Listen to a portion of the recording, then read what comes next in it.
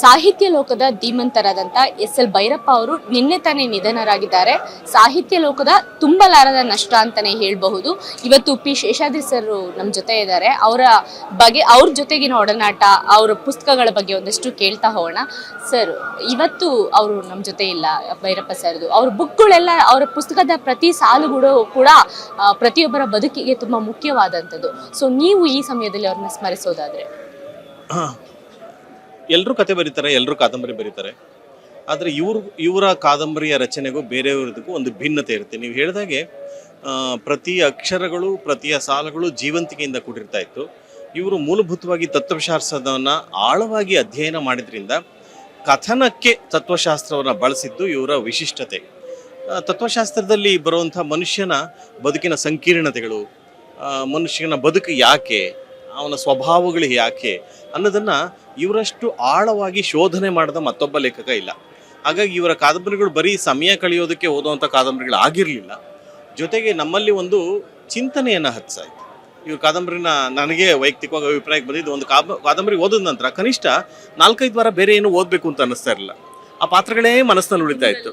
ಯಾಕೆ ಈ ಪಾತ್ರಗಳು ಹೀಗೆ ಬಿಹೇವ್ ಮಾಡುತ್ತೆ, ಅಥವಾ ಈ ಸಂದರ್ಭದಲ್ಲಿ ಮನುಷ್ಯ ಯಾಕೆ ಹೀಗೆ ವರ್ತಿಸ್ತಾನೆ, ಈ ವರ್ತನೆಗೆ ಕಾರಣ ಏನು, ಈ ಸನ್ನಿವೇಶನ ನಾವಾಗಿದ್ರೆ ಹೇಗೆ ನಿಭಾಯಿಸ್ತಾ ಇದ್ವಿ, ಈ ಪಾತ್ರ ಹೀಗೆ ಯಾಕೆ ನಿಭಾಯಿಸ್ತು, ಈ ಥರದ್ದು ಕಾಡ್ತಾ ಇರೋದು.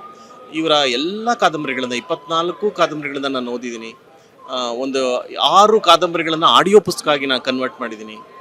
3 ಬಾರಿ ಸಾಕ್ಷ್ಯಚಿತ್ರಗಳನ್ನ ಮಾಡಿದ್ದೀನಿ. ಈ ಅನುಭವದಲ್ಲಿ ಇವರ ಶೋಧನೆ ಇದೆಯಲ್ಲ, ಶೋಧನೆ ಭಾಳ ಮಹತ್ವದ್ದು ಅಂತ ಅನಿಸುತ್ತೆ. ಶೋಧನೆ ಜೊತೆಗೆ ಸಂಶೋಧನೆ. ಯಾವುದೇ ಒಂದು ಕೃತಿಯನ್ನು ಬರೀಬೇಕಾದ್ರೆ ಆಳವಾಗಿ ಅಧ್ಯಯನ ಮಾಡ್ತಾ ಇದ್ರು. ಎಷ್ಟು ಜನ ಆ ಥರದ ಅಧ್ಯಯನ ಮಾಡಿ ಬರೀತಾರೆ, ತಮ್ಗೇನು ತೋಚಿತ್ತೋ ಕೂತ್ಕೊಂಡು ಬರೀತಾರೆ. ಇವ್ರಿಗೆ ಗೊತ್ತಿತ್ತು, ನಾನು ಬರೆದ 24 ಕಾದಂಬರಿಗಳು ಶ್ರೇಷ್ಠವಾದ ಕಾದಂಬರಿಗಳು ಅಲ್ಲ ಅನ್ನೋದು ಅಂದರೆ ಗೊತ್ತಿತ್ತು. ಅವ್ರು ಹೇಳೋರು, ನನ್ನ ಕಾದಂಬರಿಗಳನ್ನ ಹೇಗೆ ನೀವು ವಿಶ್ಲೇಷಿಸ್ತೀರಿ ನಿಮ್ಮ ಕಾದಂಬರಿಗಳನ್ನ ಅಂತ ಒಂದು ಪ್ರಶ್ನೆ ಕೇಳಿದ್ದೆ. ಅವಾಗ ಭೈರಪ್ಪನವರು ಹೇಳಿದರು, ನಂದು ಕಾದಂಬರಿಗಳಲ್ಲಿ 2 ಥರದ ಕಾದಂಬರಿಗಳಿದೆ, major novels and minor novels ಅಂತ ಹೇಳಿದರು.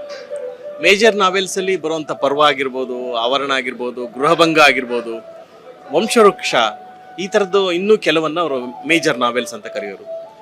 ಸಾರ್ಥ, ಬಹಳ ಸಾರ್ಥ ಅಂತ ಕಾದಂಬರಿ ಎಲ್ಲ ಬರಿಬೇಕಾದ್ರೆ ಆ ಕಾಲಕ್ಕೆ 8ನೇ ಶತಮಾನಕ್ಕೆ ಹೋಗಿ ಜೀವಿಸೋದಿದೆಯಲ್ಲ, 1200 ವರ್ಷಗಳ ಹಿಂದಕ್ಕೆ ಹೋಗಿ ಆ ಪಾತ್ರಗಳ ಜೊತೆ ಜೀವಿಸೋದು ಭೈರಪ್ಪನಂತವ್ರಿಗೆ ಮಾತ್ರ ಸಾಧ್ಯ ಅದು. ಮತ್ತು ಪರ್ವವನ್ನು ನಾವು ಜ್ಞಾಪಿಸ್ಕೊಂಡ್ರೆ ನಮಗೆಲ್ಲ ಅಚ್ಚರಿಯನ್ನು ಹುಟ್ಟಿಸ್ತು. ಪರ್ವ 70ರ ದಶಕದಲ್ಲಿ ಕೃತಿಯಾಗಿ ಬಂದಾಗ, ಹೀಗೂ ಮಹಾಭಾರತವನ್ನು ನೋಡಬಹುದೇ, ಈ ಪಾತ್ರಗಳ ಸೃಷ್ಟಿ ಹೀಗಾಗಿದೆ ಅಂತ. ನಾವೆಲ್ಲರೂ ಮಹಾಭಾರತದ ಪಾತ್ರಗಳಿಗೆ ವಯಸ್ಸೇ ಆಗಲ್ಲ ಅಂತ ಅಂದ್ಕೊಂಡಿದ್ದವರು. ಆದರೆ ಇವ್ರ ಪಾತ್ರಗಳಲ್ಲಿದೆಯಲ್ಲ, ಭೀಮನಿಗೆ ಇಷ್ಟು ವಯಸ್ಸು ಲೆಕ್ಕ ಹಾಕಿದ್ರು ಇವರು, ಧರ್ಮರಾಯನ್ಗೆ ಇಷ್ಟು ವಯಸ್ಸು, ಧರ್ಮರಾಯನ್ಗೆ 60 ಆಗಿದೆ ಈಗಾಗಲೇ ಯುದ್ಧ ನಡಿಬೇಕಾದ್ರೆ. ಭೀಮ ಅವನಿಗಿಂತ 2 ವರ್ಷ ಚಿಕ್ಕವನಿರ್ಬೋದು, ಅವನಿಗಿಂತ 2 ವರ್ಷ ಅಂದರೆ 54 56 ಅರ್ಜುನನ ವಯಸ್ಸು ಅಂತ. ಇದು ನಮ್ಗೆ ಹೊಡೆದೇ ಇರಲಿಲ್ಲ.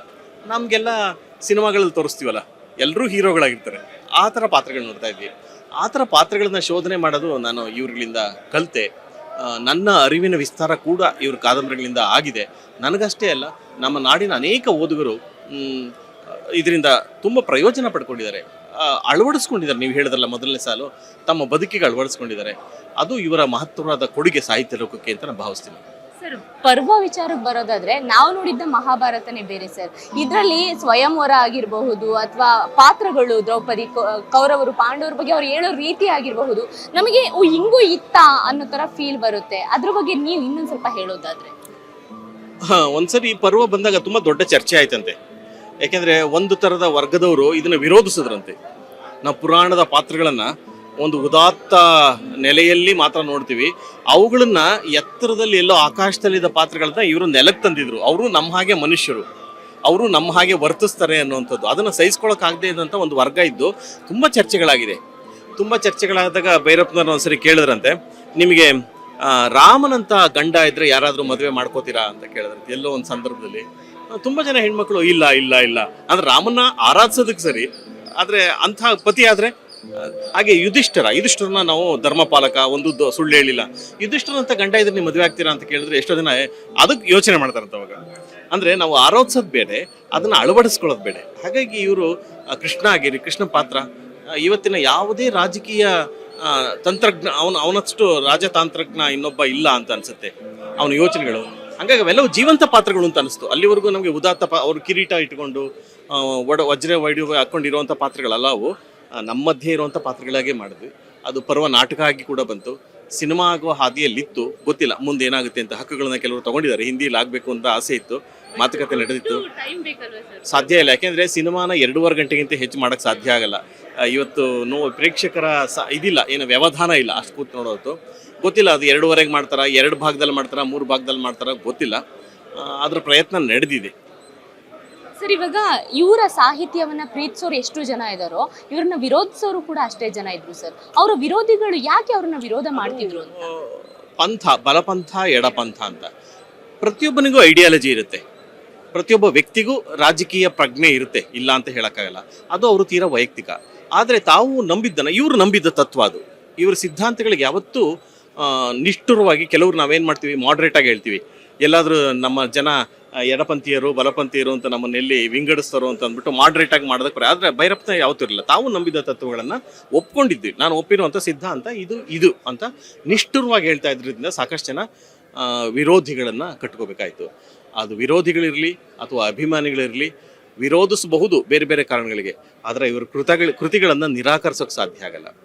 ವಿರೋಧಿಸೋರು ಕೂಡ ನಿರಾಕರಿಸೋಕೆ ಸಾಧ್ಯ ಆಗದಿರೋಂಥ ಒಬ್ಬ ಕಾದಂಬರಿಕಾರ ಭೈರಪ್ಪ ಅಂತ ಅನ್ಸುತ್ತೆ. ಸರ್, ಇವರು ಸಾಕಷ್ಟು ಫೇಮಸ್ ಆಗಿದ್ದು ನೇರ ನಿಷ್ಠೂರ, ಅಂದ್ರೆ ಏನೇ ಇರಲಿ ತಟ್ ಅಂತ ಹೇಳೋ ಅಂಥದ್ದು, ಇದು ಹಿಂಗೆ ಇದೆ ಅಂತ ಯಾವುದಕ್ಕೂ ಕಾಂಪ್ರಮೈಸ್ ಆಗ್ತಾ ಇರಲಿಲ್ಲ.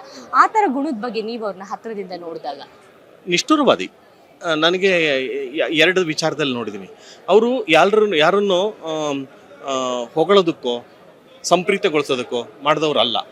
ಸಮಯ ಪ್ರಜ್ಞೆ, ಆಹಾರ ಶೈಲಿ, ಶಿಸ್ತಿನ ಜೀವನ, ಅವರ ಉಡುಪು, ಇವೆಲ್ಲವನ್ನು ನೋಡಿದಾಗ ಇಷ್ಟು ಶಿಸ್ತಿನ ಜೀವನ ಒಬ್ಬ ಮನುಷ್ಯ ಪಡೋಕ್ಕೆ ಸಾಧ್ಯನಾ? ಬೆಳಗ್ಗೆ ಇಷ್ಟೊತ್ತಿಗೆ ತಿಂಡಿ ಆಗಬೇಕು ಅಂದ್ರೆ ಅಷ್ಟೊತ್ತಿಗೆ ತಿಂಡಿ ಆಗಬೇಕು, ಮಧ್ಯಾಹ್ನ ಇಷ್ಟೊತ್ತಿಗೆ ಊಟ ಅಂದರೆ ಈ ಊಟನೇ ಆಗಬೇಕು, ಸಂಜೆ ಇದು ಅಂದ್ರೆ ಇದೆ. ಅದನ್ನು ಮೀರಿ ಕಾಫಿ ಟೀ ಕುಡ್ದದ್ದನ್ನು ನಾನು ಯಾವತ್ತೂ ನೋಡಿಲ್ಲ ಅವ್ರನ್ನ. ಮಧ್ಯಾಹ್ನ ಒಂದು ಅರ್ಧ ಗಂಟೆ ನಿದ್ದೆ ಮಾಡಬೇಕು ಅಂದ್ರೆ ನಿದ್ದೆ ಮಾಡಬೇಕು. ಹಾಗಾಗಿ ಬೆಳಗ್ಗೆ 4:15 ಎದ್ದು ವಾಕಿಂಗ್ ಹೋಗೋದು, ಶಿಸ್ತಿನ ಜೀವನವನ್ನು ಬದುಕಿನಲ್ಲೂ ಪಾಲಿಸ್ಕೊಂಡ್ಬಂದಿದ್ರು ಅವರು. ಹಾಗಾಗಿ ನೇರ ನುಡಿಗೆ ಯಾರ್ದು ಮುಲಾಜಿನ್ ಬೇಕಾಗಿಲ್ಲ ಅಂತ. ನಾವು ಮುಖವಾಡ ಹಾಕ್ಕೊಂಡು ಯಾಕೆ ಬದುಕಬೇಕು ಅಂತ ಅನ್ನೋರು. ನಾನು ಮುಖವಾಡ ಯಾವತ್ತೂ ಹಾಕ್ಕೊಳ್ಳಲ್ಲ ಅಂತ. ಆದರೆ ಇವತ್ತಿನ ಪ್ರಪಂಚದಲ್ಲಿ ನಾವು ಎಷ್ಟು ಜನ, ತುಂಬ ಜನ ಮುಖವಾಡ ಹಾಕ್ಕೊಂಡಿರೋನ್ನೇ ನೋಡ್ತಾ ಇರ್ತೀವಿ. ನಾನು ಯಾಕೆ ಕೆಟ್ಟವರಾಗಬೇಕು ಅಂತ. ಆದರೆ ಇವರು ಹೇಳ್ತಾ ಇದ್ರು, ಮೋದಿ ವಿಚಾರ ಬಂದಾಗಲಿ, BJP ವಿಚಾರ ಬಂದಾಗಲಾಗಲಿ, RSನ ವಿಚಾರ ಬಂದಾಗಲಿ ನೇರವಾಗಿ ಮಾತಾಡ್ತಾ ಇದ್ರು ಭೈರಪ್ಪನವರು. ಅದು ಕೆಲವರು ಸಹಿಸ್ಕೊಳ್ಳೋಕೆ ಸಾಧ್ಯ ಆಗ್ತಿರ್ಲಿಲ್ಲ ಅಷ್ಟೇ. ಸರ್, ಇವರ 24 ಕಾದಂಬರಿಗಳಲ್ಲಿ ನಿಮ್ಮನ್ನ ತುಂಬಾ ಕಾಡ್ದಂತ ಕಾದಂಬರಿ ಯಾವುದು? ಒಂದೊಂದು ಕಾದಂಬರಿ ನಾನು 1, 2 ಅಂತ ಹೆಸರಿಸೋದಕ್ಕಾಗಲ್ಲ. ಗೃಹಭಂಗ ಅವರ ಅತ್ಯುತ್ತಮ ಕಾದಂಬರಿಗಳಲ್ಲಿ ಒಂದು. 5-6 ಕಾದಂಬರಿಗಳು ನನ್ನನ್ನು ಪದೇ ಪದೇ ಓದಿಸ್ಕೊಳ್ಳೋ ಹಾಗೆ ಮಾಡ್ತವೆ. ನೀವು ಆಗಲೇ ಹೇಳಿದಾಗ ಪರ್ವ ಇರಬಹುದು, ಗೃಹಭಂಗ ಇರ್ಬೋದು, ವಂಶವೃಕ್ಷ ನಾನು ಎಷ್ಟೋ ಸರಿ ಯೋಚನೆ ಮಾಡಿದ್ದೆ. ಅದು ಬಂದಾಗ 72ನೇ ಇಸ್ವಿ, ಈಗಾಗಲೇ ಹೆಚ್ಚು ಕಮ್ಮಿ 50 ವರ್ಷ ಆಯಿತು. ಮತ್ತೊಮ್ಮೆ ಸಿನಿಮಾ ಮಾಡಿದ್ರೆ ಹೇಗಿರುತ್ತೆ ಈಗ ವಂಶವೃಕ್ಷ ಅನ್ನೋ ಯೋಚನೆ ಆಯಿತು. ಅವರ ನಿರಾಕರಣ ನನಗೆ ಇನ್ನೊಂದು ಇಷ್ಟವಾದ ಕಾದಂಬರಿ. ಅದನ್ನು ಕೂಡ ಸಿನಿಮಾ ಮಾಡೋ ಎಲ್ಲ ಸಾಧ್ಯತೆಗಳು ನಿಚ್ಚಳವಾಗಿದೆ. ಆ ಕಾದಂಬರಿನ ಯಾಕೆ ಸಿನಿಮಾ ಮಾಡಬಾರ್ದು ಅಂತ ಯೋಚನೆ ಮಾಡ್ತಾ ಇದ್ದೀನಿ. ಪ್ರಾಯಶಃ ಮುಂದೋ ದಿನ ಆದೀತು ಅಂತ ಅನ್ಕೋತೀನಿ. ನೋಡೋಣ ಏನಾಗುತ್ತೆ ಅಂತ. Thank you so much sir. ಇದಿಷ್ಟು ಶೇಷಾದ್ರಿ ಸರ್ ಅವರ ಮಾತಾಗಿತ್ತು. SL ಭೈರಪ್ಪ ಸರ್ ಅವರ ಕಾದಂಬರಿಗಳನ್ನ ಸಾಕಷ್ಟು ಮನ್ಸಾರೆ ಓದಿದಂಥವ್ರು ಅವರು. ಕ್ಯಾಮರಾ ಪರ್ಸನ್ ಕೆಂಪೇಗೌಡ ಜೊತೆ ಸರೋಜಾ, ಈ ಸಂಜೆ ನ್ಯೂಸ್, ಬೆಂಗಳೂರು.